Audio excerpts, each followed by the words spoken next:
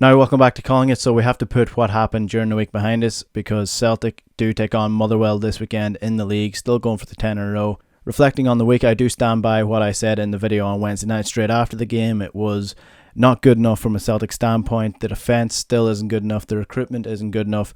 The starting lineup wasn't good enough. And honestly, looking back at Neil Lennon's comments after the game, if you look at and analyse them for what they were, he pretended that he was taking the blame for it and then laid all the blame on the players as well. So wasn't really impressed by it. But there are still some truths behind that. If there's a couple of players that don't want to be here, then they probably shouldn't be at the club, and they should probably look to get in players that are good enough to replace them, because some of them do think they are better than they actually are. Looking ahead to this game against Motherwell, it should be an easy one for Celtic. Motherwell have 2 points on the table, 3 losses, 2 draws so far in the start of the league, but you don't want to get caught up in the fact that if Celtic go out now and absolutely pummel Motherwell, which they should do, then all of the European failures from the last couple of years against Cluj and against Copenhagen should not be forgotten.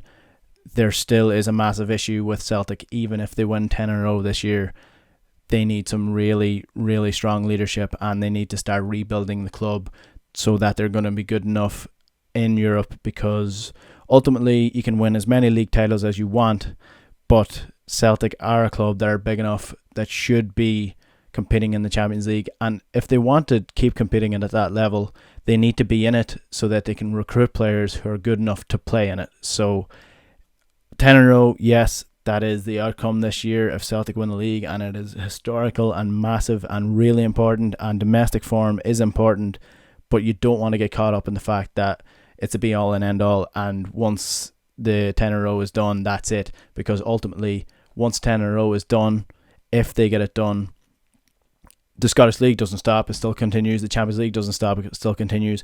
And Celtic are on a downward spiral in Europe, and they need to fix it really, really fast.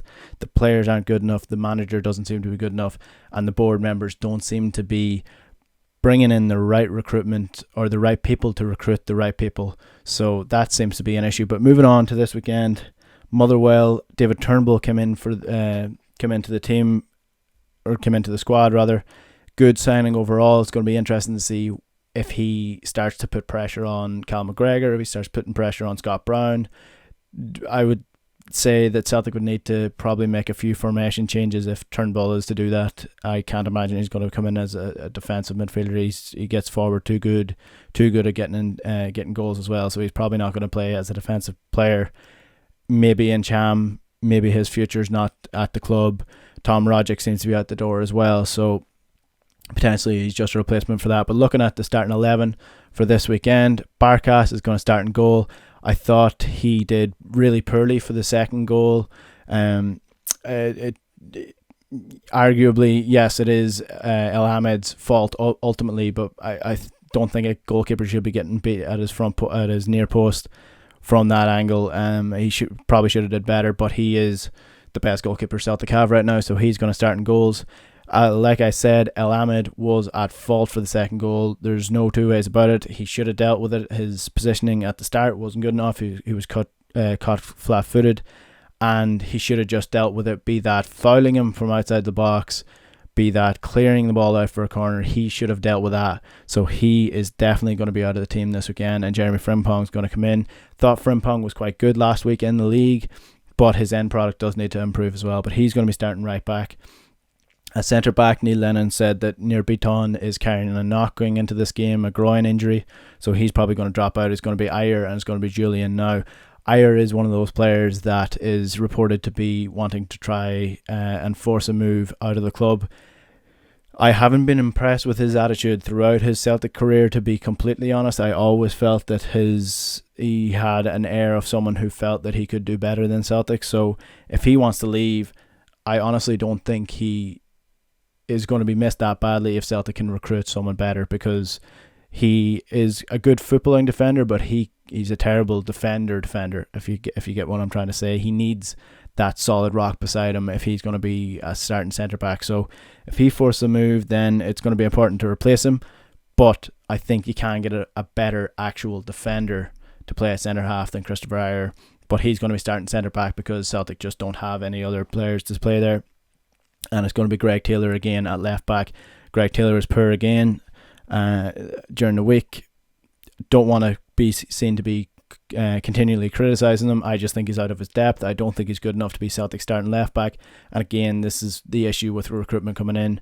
In centre mid, you have Callum McGregor and Scott Brown. Scott Brown, again, not good enough during the week. His legs are starting to get a little bit slower. His passing range isn't good enough for a European standard anymore. So we need someone that's going to come in and put his place under pressure. I don't think he's an automatic starter anymore.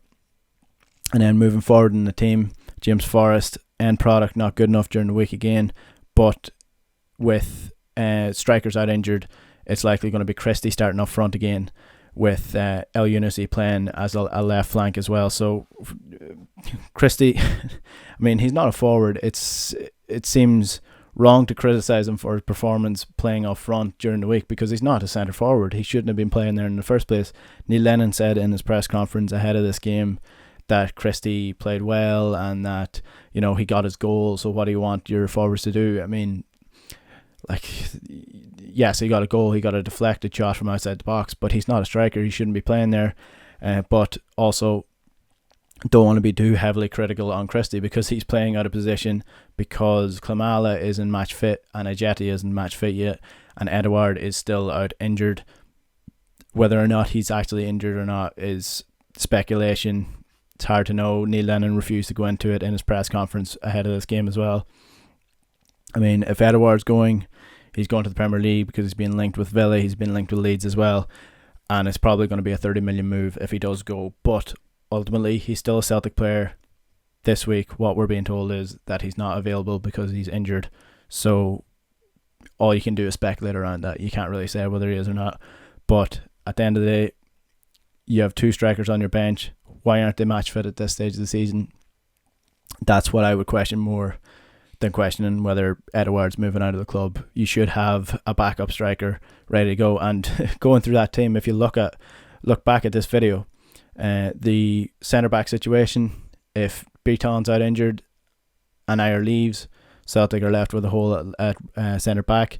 Bolingoli, I don't think anyone expected him to be such an idiot a couple of weeks ago and leave Celtic so short at left back. So Celtic have one left back in Greg Taylor, and centre mid brought in David Turnbull, and probably centre mid's the strongest position, but Scott Brown is still starting there automatically.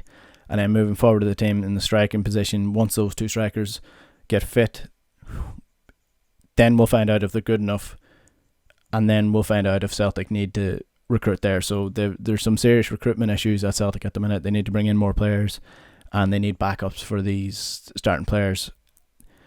If Celtic win 5-0 against Motherwell, all well and good. League form's important, but again, we shouldn't forget that European form ultimately is what Celtic will be judged on outside of Scotland. The 10-0 is massive domestically. It will be historic if they pull it off, and we will all enjoy it.